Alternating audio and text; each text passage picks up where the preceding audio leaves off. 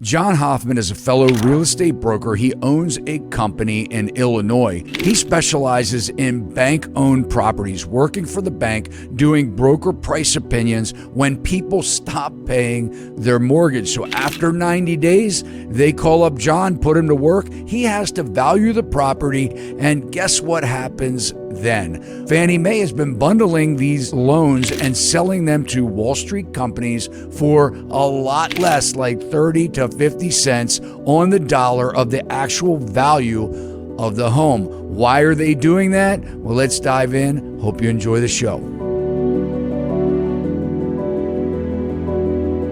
John, thanks so much for joining me. You know, last time we had you on, it was our Tuesday night podcast, and you lit it up because you were actually talking about a lot of the truth that's going on in the market today. And we're not seeing it in the mainstream media. And I'm talking about pre-foreclosures, people that should be losing their homes, but for whatever reason, and we'll dive into it, they're not. But just introduce yourself to everyone, and let's get started. Yeah, John Hoffman. I've owned Y-Rent Real Estate Company, downtown Batavia, Illinois. I've had that since 2001. Got into the REO field in 2007, which is basically the foreclosure field. Been in that since 2007. We all know the last couple of years, the REO has pretty much been eliminated, but you know, it's always has a life, and it's going to be here now or it's going to be here later, and it may be messy later. So. But thanks for having me on. I appreciate it. John, why is it that we're not seeing the foreclosures? Well, basically the four main, like HUD, Fannie, Freddie, VA, they've basically kept those under wraps. They don't want the blood on their hands. They don't want the foreclosures in the system. We have an election year. This isn't about Trumping or riding with Biden or politics. The reason they're doing it is political, but it's not. It doesn't matter which side you're on. They should not be doing this because there's in every market you're going to have some pain, just like people losing their cars. Some people just can't pay, and granted that's bad, but it's healthy. I mean, things need to change. It's a fresh start for a new buyer.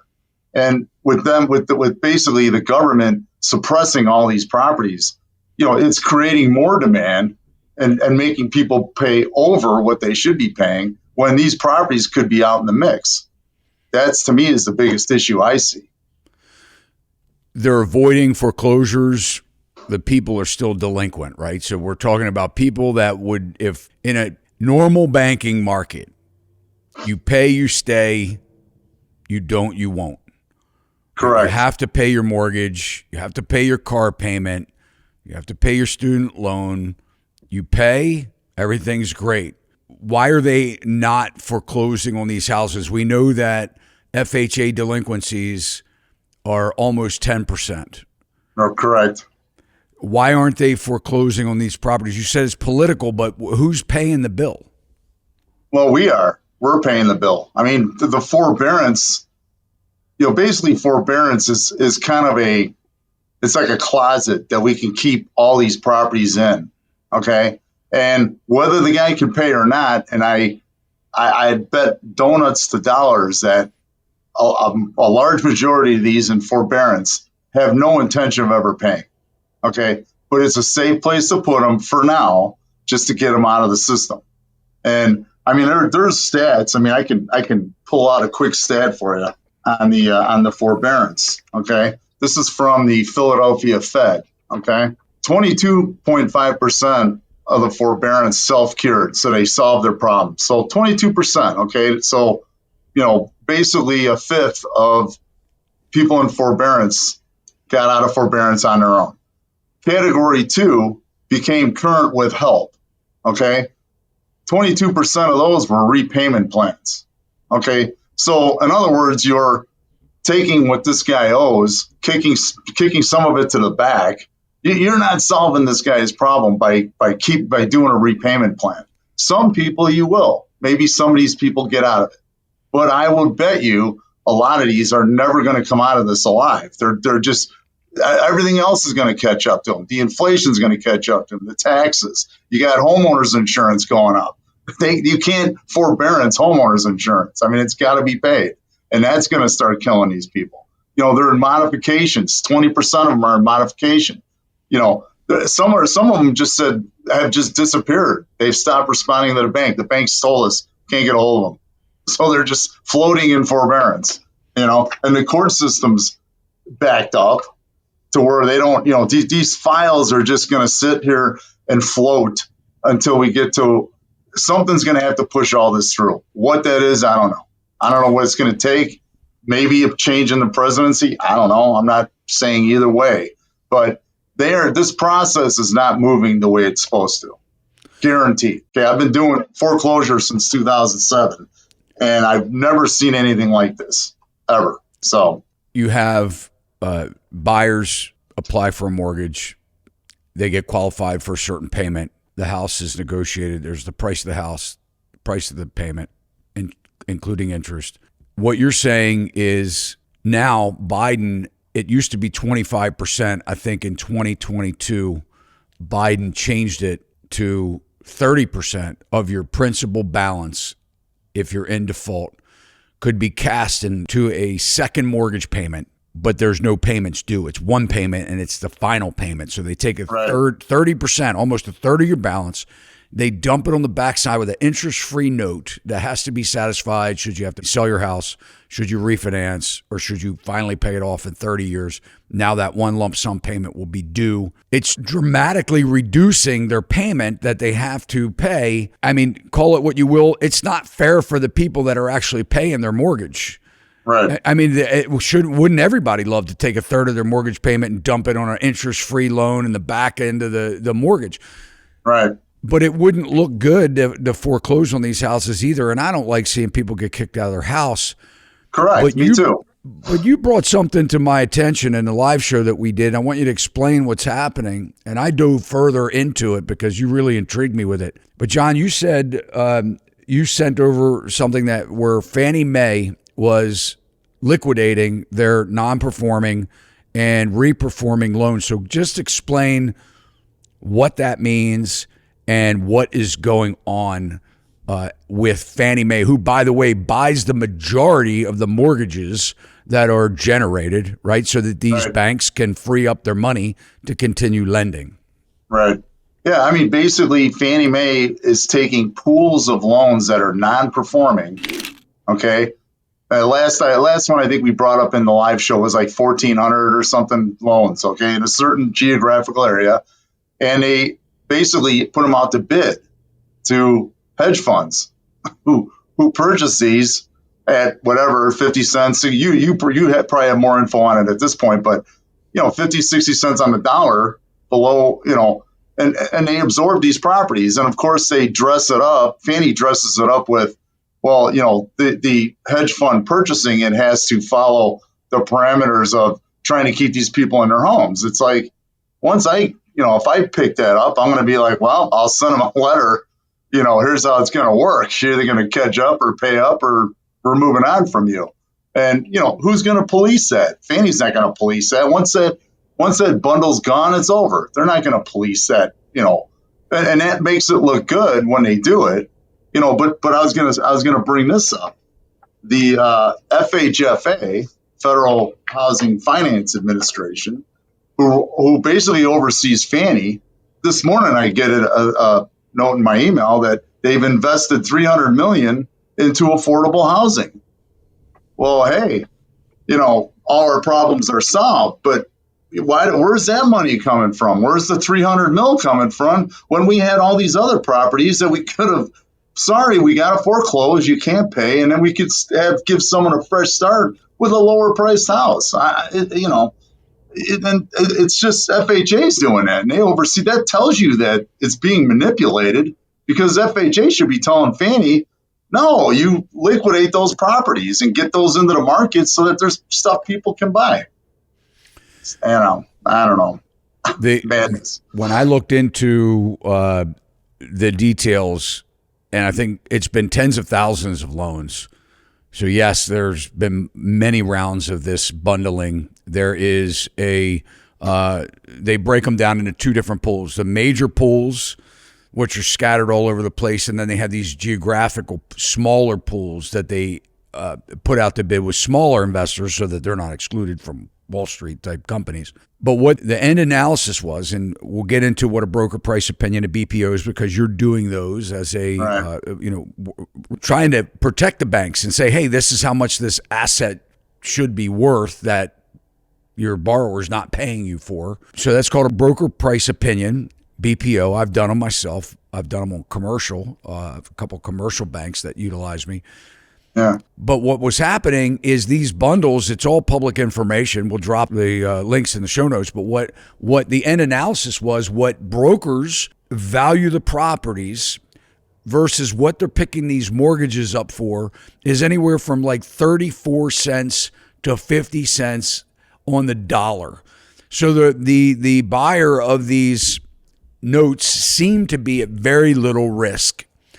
And by the way, a lot of these buyers have rental portfolios, single family rental portfolios all over the country. So one could only think, why would you buy defaulting loans or non-performing loans or reperforming loans? Well, why would Fannie Mae sell a reperforming loan?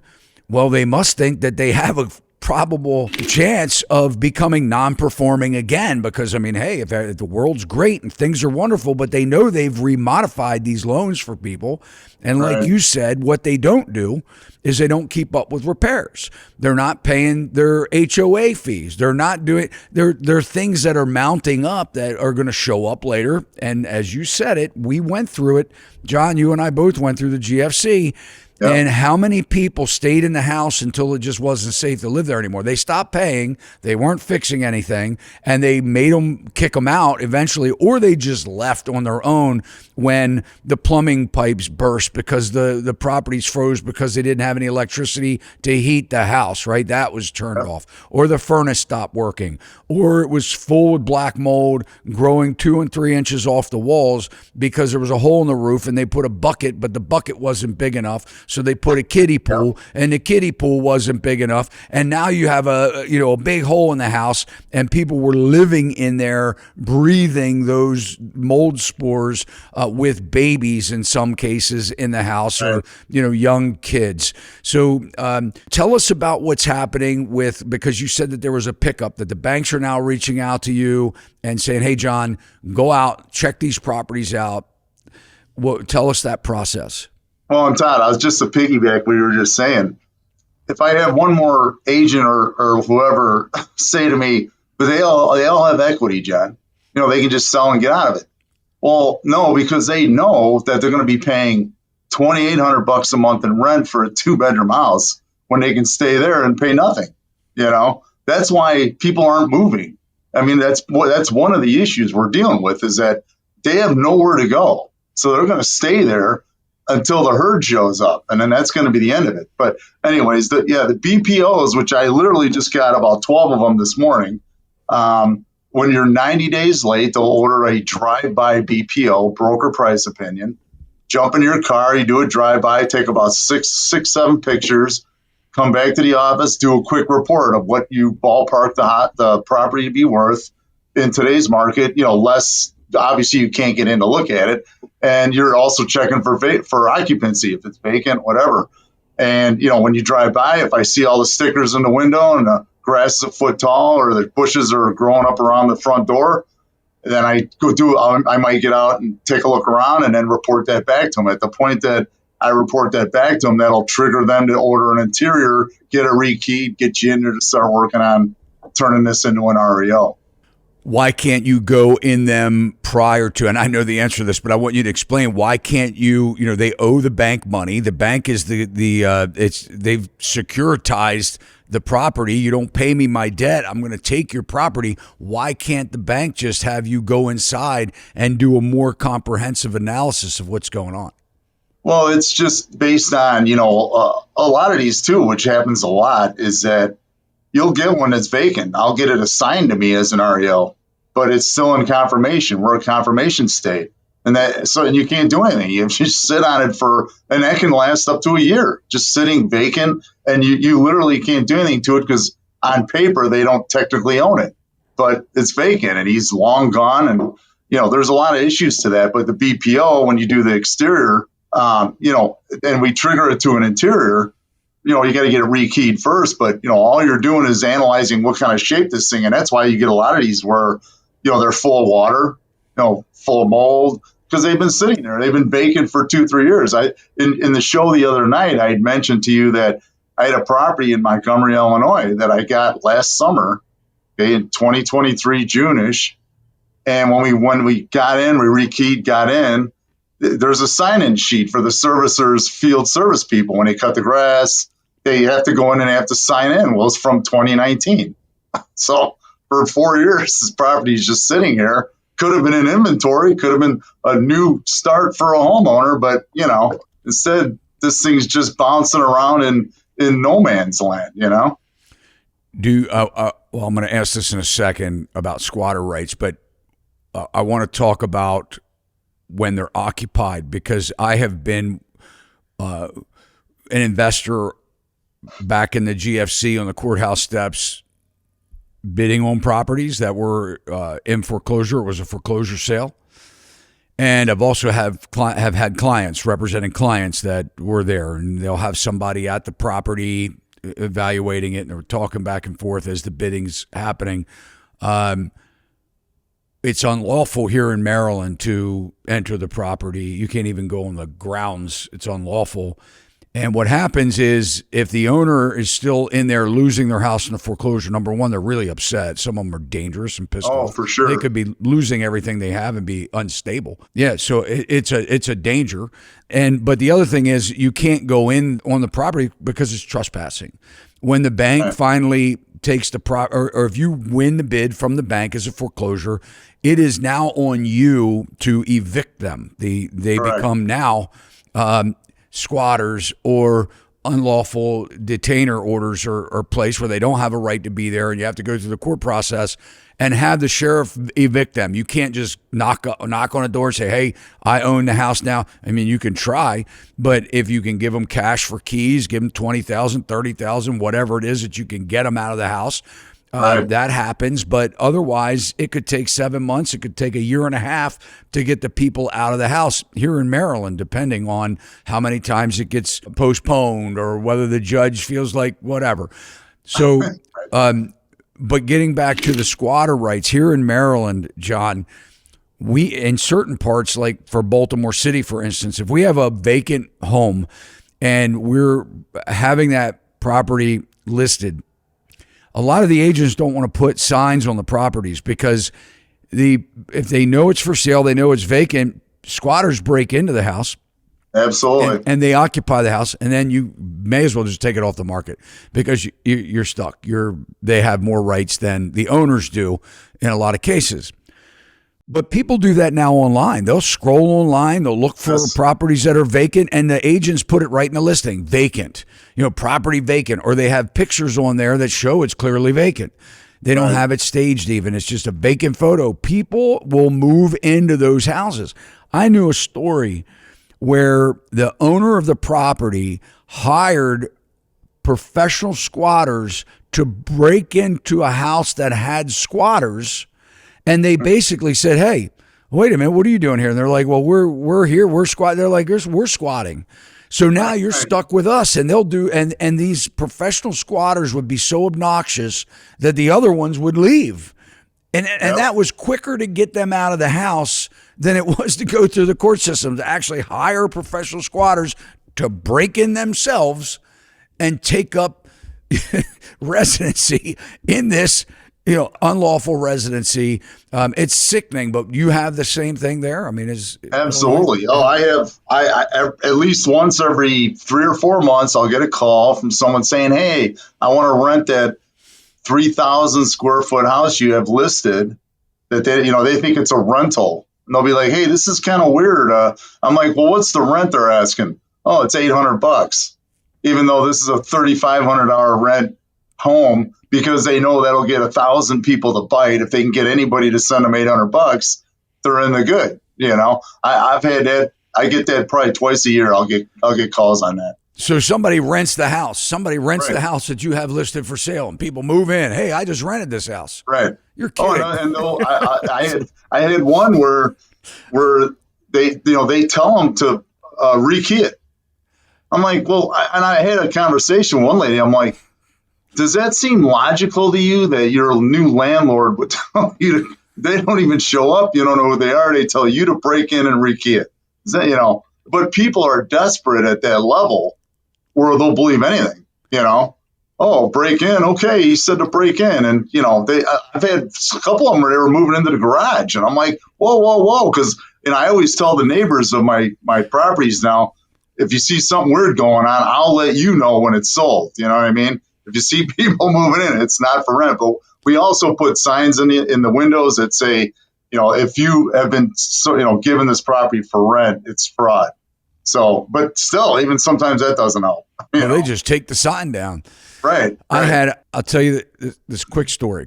So I had investors buy a block of homes down in Baltimore. They had the dollar home program, or they had, you just buy them out of tax sale, and, or the city owns them and you pay them whatever. I forget what the details were, but they bought a block of houses.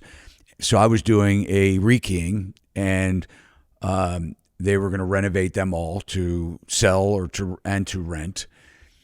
And I get to the first property and it's occupied. Real nice people answer the door. Yeah, well, I'm renting. I have no idea about the sale, whatever. And I said, well, who's your landlord? And they said, the lady across the street. And as I was proceeding down this block of, I think it was 7 houses, they all kept saying the same thing, that the lady across the street was the landlord collecting the rents. So here in Baltimore, you need very little proof. You can make up a lease to give it to Baltimore Gas and Electric and to apply. And if you have bad credit or no credit, you just pay them a deposit and they'll come out and turn the power on. Well, people, besides that, BG&E can remove the meter, and people put bars in and all kinds of very dangerous things to turn the power on. And Baltimore City, they don't really monitor they turn off the water. And if they do turn the water off, you just take the lid off and you have the little tool and you turn the water back on after they turn it off, and you're good to go, man, for another 3 months. And anyway, the police won't throw them out either. The police they won't civil issue. You got to go to court. Doesn't matter what lease, what you have. But John, these were vacants. These were board ups that somebody across the street with an entrepreneurial spirit decided that they would take it upon themselves. They didn't own them, to unboard them and rent the properties. And this woman was collecting rent for years, and of course she denied it. But it was just it was the craziest thing, to see that. Let's talk about foreclosures again. A lot of people forget the agents think that the sky isn't going to fall. We're in the largest real estate bubble that we've ever been in the history of the United States, I believe. Way bigger than the GFC. Never have we seen 40%, 50% price growth on housing in 2 years. They were already high price, getting to be unaffordable until the 2020 hits, and then we see this skyrocket price go up, and a lot of the agents are delusional. The mortgage loan officers are delusional. They say if you don't buy now, it will be too late. They don't see any problem with affordability, which blows me away. You're looking at people 7, 8, 9 times median income in the workforce for them to buy a house near where they work. It's just not affordable. What do you think is going to happen? Well, I think that our whole economy, and I'm not an economist. Okay, I just know what I know. I've been in real estate for a long time. I follow money, finance, whatever. To me, our whole economy right now is a car driving down the road that the check engine light came on about a year ago. The smoke is now pouring out of it, but we're accelerating faster into the desert, and something is going to blow this thing wide open. I don't know what. They can keep feeding money into the system to keep this afloat, but it goes out of balance. You just can't continue to do that. You can't. Inflation's, when people's paychecks, 20% of them go to taxes, and we're 300 trillion billion in debt. I mean, the Social Security's broke because we're spending all that money. It's like something has to stop. I mean, and I think China's really China's in rough shape right now, and that this stuff spreads. And you go to like Austin, Texas, where the prices are down 15-20%. That's how it started in 06, 07, and it works its way into the system. Illinois is great. Oh man, I got buyers right now under 400,000. And there's multiple offers on everything, but it's coming. There's going to be correction, and everyone's like, oh, is it going to be like, oh wait, I don't know what it's going to be like, but it's not going to be good. It's going to be really ugly, and everyone paying 20-30 grand over list price because a mofo, fear of missing out, whatever. It's like it's just something's gonna crack, and I don't know where. You can keep pumping it full of cash as much as you want, but something eventually is going to break. The inflation's crazy, and they keep talking that inflation's down. It's like, no, it's not down. Tell that to the guy at the grocery store, just because these charts, and they have all these charts that they show, and housing's up again, and yeah. I mean, the housing has gone up every year, and it's up again, but it's because you got so few properties, it moves on a dime with one property sold, and there's absolutely no inventory out there whatsoever. But I mean, to make a long story short, it's going to be a mess. I just don't know what triggers it coming down the pipe. Well, you talk about inflation. The government needs inflation. The only way to deal with the $37 trillion in debt is to inflate it away. I mean, there's no other way. It's either our whole system implodes or we have massive inflation. The unfortunate thing is that we can't sustain inflation. So right. now we finally put our back up against the wall, I believe, because the only way. So if you look at the last, 12 million home sales, maybe 12 million people that bought homes in the last 2.5 years. If you look at it that way, they probably all paid more than the properties are really worth. Correct. Most of them, right? So totally. they overpaid. They're at the peak of the market. They overpaid unless we have hyperinflation or that real estate values continue to rise. So what happens is if they don't, and these people need to sell their house, they have to bring checks to the table, or that they're selling them for less than what they paid, because you need about 10% equity in your home to come out of it with commissions, transfer recordation fees, depending on which state you live in. So we've got that out of the way. So now we have to inflate in order to bring the debt down, and that includes consumer debt. People have to make more money. If they don't make more money, if we don't have inflation and wages, then they will never sustain the consumer credit card debts, their car payments, their mortgage payments, their repairs on their home, or anything else. The question is, do you see employers all of a sudden making enough money with consumer spending retracting, unemployment rising, people making layoffs, AI coming down the pike? The employees are the largest single line item on most businesses' financial statements. Do you see the employers just all of a sudden paying their employees an inflated salary that the employers can't afford, so that they can deflate their debt? Not at all. I don't. People aren't getting raises and it's funny. I was talking to my son who's 29 years old, and the job, we were talking about the jobs and how jobs are online. And my son was saying, Dad, most of those jobs online don't even exist anymore, but they're in the system, just there. And people are, well, here's a job, I can apply for it. But it's almost like, people that abandon their dating apps, I mean, these jobs are not there in reality. John, I've heard that a dozen times in the last month. Mm-hmm. What your son just told you. Yeah. I've heard people tell me that they're like, I apply for these jobs. They don't even respond. Like, hey, thanks for your application. Thanks for your resume. Thanks for your cover letter. Thanks for your you're, whatever. So yeah, Right. I agree. They're fake jobs. They're fake Right. jobs. They're fake creation. They put them on these sites. They don't take them down.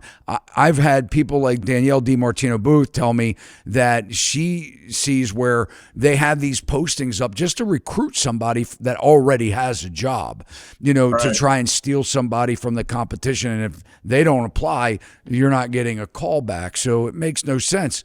The Yeah. government seems to be posting all of these jobs.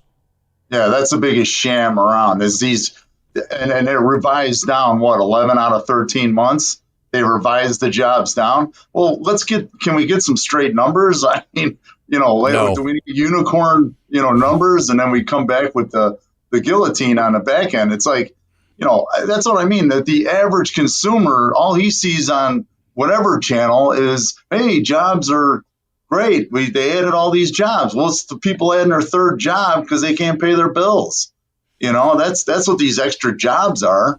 Yeah, I mean the job thing. It's so there's so much smoke and mirrors there. It's not even funny. Yahoo Finance published an article. A couple other publications did as well. Some of the news channels briefly covered it. 439,000 jobs were silently erased off the government numbers from last year. They basically overstated 439,000 jobs. That's nuts. Talk about real estate this spring. It doesn't look like we're going to get a reprieve in interest rates. We're at least going to be in the mid sixes to sevens as we roll into the spring market, which is our busiest time of year Right. traditionally. Are we looking at a dead spring market? Are we looking at summer, in your opinion, before we see rates come down a little bit? And what do you think is going to happen this spring? I think the spring market's a complete bust. And yeah, prove me wrong. I mean, obviously we're not there yet, but how? I mean, the rates would have to come down 1.5% to 2% just to really make things, that would shake the tree a little bit and get some fruit out of it. But even that's not going to make things quote unquote take off, And I've got people that, I've got a couple new construction clients. That's another winner. Okay. Where all they're doing is giving you this 3-2-1 buy down. These buyers are going in. Okay, my payment is, I'm getting a 3-2-1 buy down. So I'm at 5, whatever percent, 4.5, 5. And my payment is, let's say, $2,400. I had one the other day, we were talking about it, $2,400. Okay. Guaranteed within 3 years, after taxes kick in, after that 3-2-1 buy down goes up, he's going to be $3,200 a month. Is his job going to keep up with that and everything else that's going up? That's very questionable on that. But this spring is going to be. I think we're in the spring right now. I think this is it. This is what you feel deals, knockoffs here and there. Because usually after the Super Bowl is when I see it really start to kick in, and it hasn't. It's been the same as it's been since January. So I don't know. I am seeing more listings, a little bit more at a time, and I think the stuff that's like over really up 600-700 around here that's stuff that's going stale right now. But anything under 4 right now in my area, Kane County, that stuff still moves pretty quick. But nothing. I don't see how this spring is going to be anywhere near anything we've experienced in the past. I think it's going to be a complete bust and very few deals will get done. Agents are leaving the business left and right, which is good, to be honest with you. I mean, most of them are just hanging around part-time anyway, so what's the point of that? But yeah, I think the spring market, it's already come and gone, to be honest with you. Well, you just touched on what I wanted to kind of end with here, and that's the agents. I think we are seeing a lot of agents that are getting out of the market. I talked with somebody a couple of weeks ago in response to one of the articles that had come out saying that we could lose 1 million of the 1.4 million, maybe we're down to 1.4 million agents now, that with a combination of another year of record slow sales, and coupled with everything that's going on in the news with the lawsuits and everything else, agents are leaving, like you said, they're leaving the business. What do you tell somebody that is a real estate agent that everybody is tired of hearing the narrative of buy now? If you don't buy now, you're going to miss out. How does an agent survive telling people the truth? Yeah, date the rate, marry the property. It's, yeah, I mean, the agents are just, and here's the thing too for the whole agency thing is that literally about 2 weeks ago, I sent an email. There was a property I wanted to show to a client in the private network. Okay. I sent her a message. It said it was coming out like March 1st. This is about a week ago. I said, hey, I'd like to show this earlier than when you list it, if that's possible. It took almost 6 days for her to get back to me. She's sorry for the delay.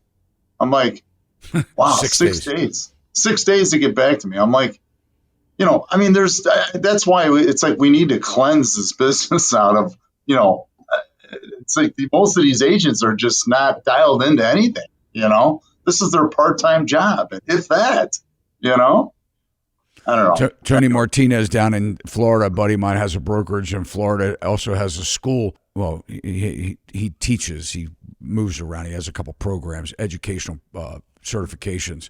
But he says if you're in this business as a hobby, get out. Do everybody a favor and get out. Please. I mean, please get out. It's ridiculous. Please.